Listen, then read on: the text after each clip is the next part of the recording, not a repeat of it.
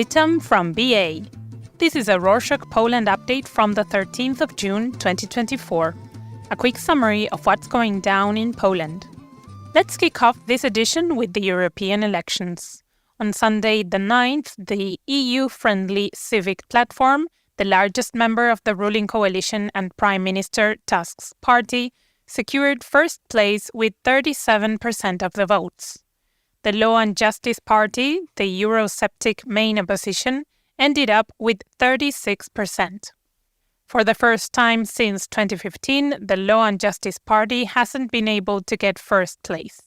Similarly, the Third Way Alliance, the ruling coalition composed of the Polish People's Party, or PSL, and Poland 2050, could not secure third place like in the last local elections. The alliance received only 7% of votes, a drop of 7% compared to the last local elections.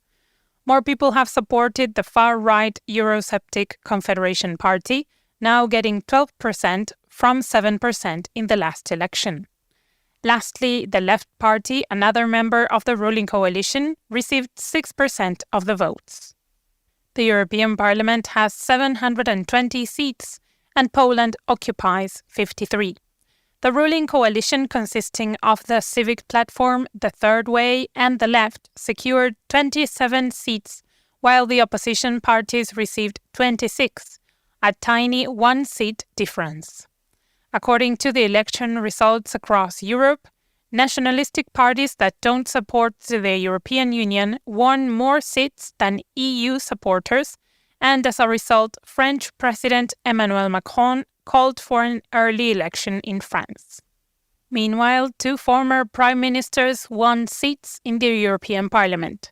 Centrist politician Eva Kopacz, the prime minister during the rule of the Civic Platform between 2014 and 2015, received 190,000 votes. Similarly, Beata Szydło, former Law and Justice PM between 2015 and 2017, received 285,000. However, surprisingly, people also voted for far-right politician Grzegorz Braun for an MP position. Braun is famous for blowing out Jewish Hanukkah candles in the Polish parliament in 2023, and last week he also removed a Ukrainian flag waving next to the Polish flag. More about elections, as Bozak, the far-right Confederation Party's co-leader, said that his party aims to replace Law and Justice, which has been losing votes every day. Bozak said that Jarosław Kaczyński, the Law and Justice's leader, is already 74 years old and cannot do his job properly due to his old age. He said that because the leaders of the Confederation Party are in their 40s, they could fulfill their responsibilities. He added that they would not form any alliances with Law and Justice and that his party has already started preparing for the 2025 presidential elections.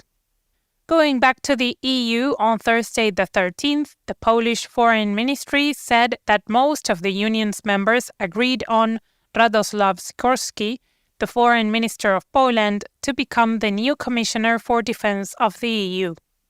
This will improve Poland's position in the Union's policies, since he will be responsible for the security of the EU.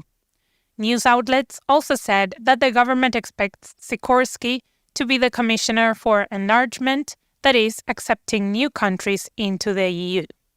In other news, 2 weeks ago, we told you about an illegal immigrant who stabbed a Polish soldier with a handmade spear at the border of Belarus.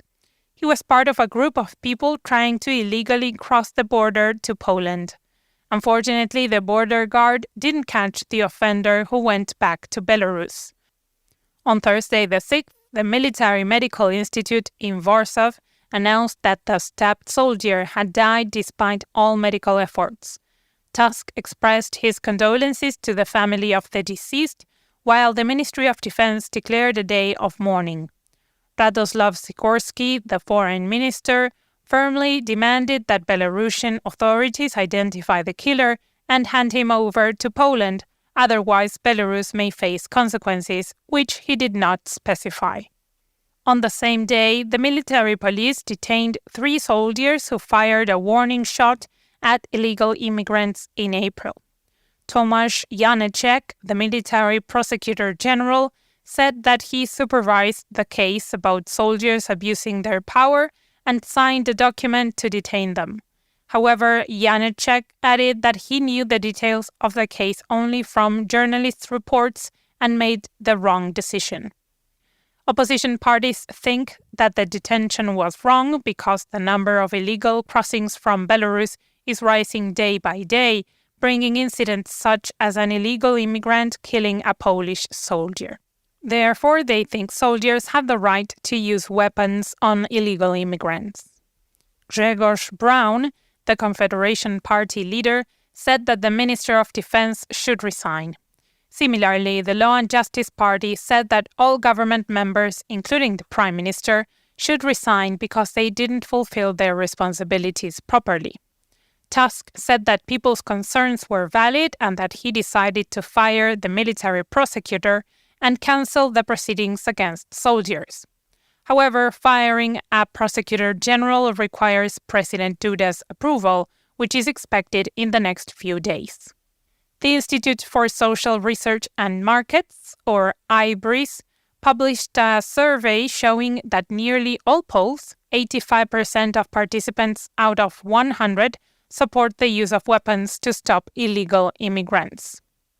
Speaking of immigration, on Monday the 10th, President Andrzej Duda signed a bill to extend the legal stay of Ukrainian refugees in Poland until the 30th of September 2025. The extension will include Ukrainians' access to health, family and social benefits, as well as the right to stay in collective housing facilities. Also, Ukrainians will be able to receive child benefits if their children are part of the Polish education system.